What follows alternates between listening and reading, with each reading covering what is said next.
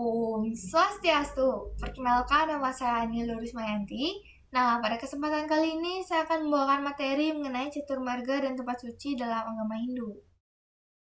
Yang pertama, kita mulai dari pengertian catur marga. Nah, dalam bahasa Sanskerta, catur marga secara harfiah berarti 4 jalan. Nah, dalam ajaran agama Hindu, catur marga berarti 4 jalan atau metode spiritual yang dapat ditempuh oleh umat Hindu untuk mencapai moksha. Nah, keempat jalan ini menekankan aspek yang berbeda dari kehidupan spiritual, mulai dari pengabdian, perbuatan, pengetahuan, hingga pengendalian diri. Nah, catur marga bukan hanya sekedar teori, tetapi merupakan panduan praktis untuk menjalankan kehidupan yang selaras dengan dharma, karma, dan bakti. Nah, dengan menerapkan catur marga, umat Hindu diharapkan mampu mencapai keseimbangan spiritual, moral, dan sosial, serta mendekatkan diri kepada Tuhan. Selanjutnya ada bagian-bagian dari catur marga, yaitu ada 4. Ada bakti marga, karma marga, jenana marga, dan raja marga. Selanjutnya kita mulai dari yang pertama, yaitu bakti marga atau jalan pengabdian. Nah, bakti marga sendiri merupakan jalan spiritual yang menekankan pada cinta, pengabdian, dan ketulusan kepada Tuhan. Nah, praktik utama dari bakti marga adalah melakukan persembahyangan dan persembahan atau berupa banten. Nah, contoh penerapannya yaitu sembahyang di pura, mengaturkan carang atau banten, berdoa dengan penuh keikhlasan. Lalu dilanjutkan dengan karma marga atau jalan perbuatan. Nah, karma marga adalah jalan yang menekankan perbuatan baik dan pengabdian melalui tindakan nyata. Nah, prinsip utamanya adalah melakukan perbuatan tanpa mengharapkan balasan atau imbalan atau sering kita sebut dengan ikhlas. Nah, sehingga setiap tindakan yang dilakukan menjadi ibadah.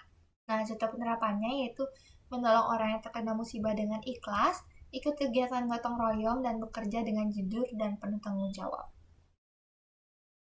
Lalu ada jenana marga atau jalan pengetahuan. Nah, jenana marga sendiri merupakan jalan spiritual yang menekankan pencapaian kebenaran dan pemahaman melalui ilmu dan pengetahuan spiritual.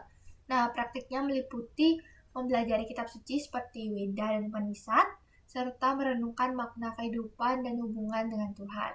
Nah, contoh penerapannya itu belajar kitab suci seperti Weda, mendengarkan Dharma Wacana, mencari kebenaran dengan berpikir bijak. Lalu yang terakhir ada Raja Marga atau jalan pengendalian diri atau yang disebut dengan Raja Yoga. Nah, Raja Marga adalah jalan spiritual yang menekankan pengendalian diri, meditasi, dan latihan batin untuk mencapai ketenangan dan kesadaran spiritual.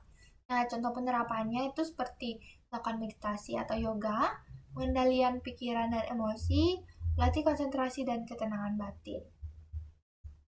Nah, selanjutnya ada pengertian tempat suci agama Hindu. Tempat suci dalam agama Hindu merupakan tempat yang disucikan oleh umat Hindu dan digunakan untuk melakukan persembahyangan serta memuja Tuhan. Nah, di Indonesia, tempat suci umat Hindu umumnya dikenal dengan sebutan pura. Nah, pura sendiri merupakan tempat ibadah yang digunakan untuk melakukan berbagai kegiatan keagamaan seperti sembahyang, upacara agama, dan melakukan persembahan kepada Tuhan atau mengaturkan sesajen. Nah, selain itu, tempat suci berfungsi sebagai pusat praktik spiritual bagi umat Hindu, tempat belajar ajaran agama, serta sebagai sarana pengendalian diri dan meditasi. Nah, tempat suci juga bisa dijadikan simbol kedekatan manusia dengan Tuhan dan berperan dalam menjaga keseimbangan kehidupan secara spiritual dan sosial. Adapun jenis-jenis tempat suci dalam agama Hindu yaitu ada 5. Yang pertama itu ada Pura Kahyangan Jagat. Nah, yang dimana Pura Kahyangan Jagat sendiri itu bersifat umum dan berskala besar. Biasanya digunakan oleh seluruh umat Hindu. Nah, contohnya itu ada Pura Besake, Pura Lempuyang, dan Pura Ulun Danu Beratan.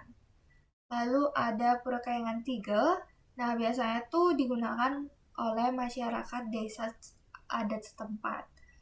Nah, biasanya Pura Kahyangan 3 sendiri terdiri dari 3 jenis pura utama yang sesuai dengan konsep Trikahyangan. Yang pertama ada Pura Desa untuk memuja Dewa Brahma, ada Pura Pusa untuk memuja Dewa Wisnu, ada Pura Dalam untuk memuja Dewa Siwa. Nah, fungsinya sendiri untuk menjaga keseimbangan hidup dan keharmonisan desa. Lalu ada Pura Kawitan yang dimana pura kawitan digunakan untuk memuja roh suci leluhur dalam lingkup kekerabatan yang lebih luas. Nah, contohnya tuh seperti pura dadio, pura yang, pura ibu, dan pura panti. Lalu ada pura swagina, yang dimana pura swagina itu berkaitan dengan profesi atau pekerjaan. Atau kita sering sebut dengan geginan. Nah, contohnya tuh seperti pura melanting untuk pedagang, pura segara untuk nelayan, pura subak, pura bedugel, atau pura ulen suwi itu untuk petani. Lalu yang terakhir ada pura keluarga. Pura keluarga sendiri berskala kecil dan diperuntukkan untuk lingkup keluarga atau keturunan. Tempat pura keluarga ini biasanya ada di rumah-rumah setiap umat Hindu. Contohnya seperti sanggah atau merajat. Lalu ada fungsi tempat suci dalam kehidupan umat Hindu.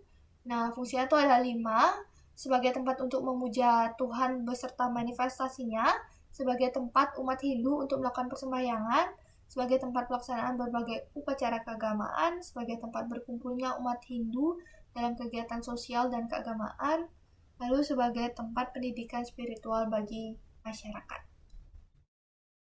Nah, secara singkatnya, hubungan caturmarga dengan tempat suci itu ada 3. Tempat suci menjadi pusat praktik caturmarga sebagai jalan dari bakti marga, karma marga, janana marga, dan raja marga bisa dilakukan di pura. Nah, lalu yang ketiga ada membantu umat mencapai keseimbangan spiritual. Nah, sekian presentasi dari saya. Saya ucapkan terima kasih dan mohon maaf jika ada salah kata.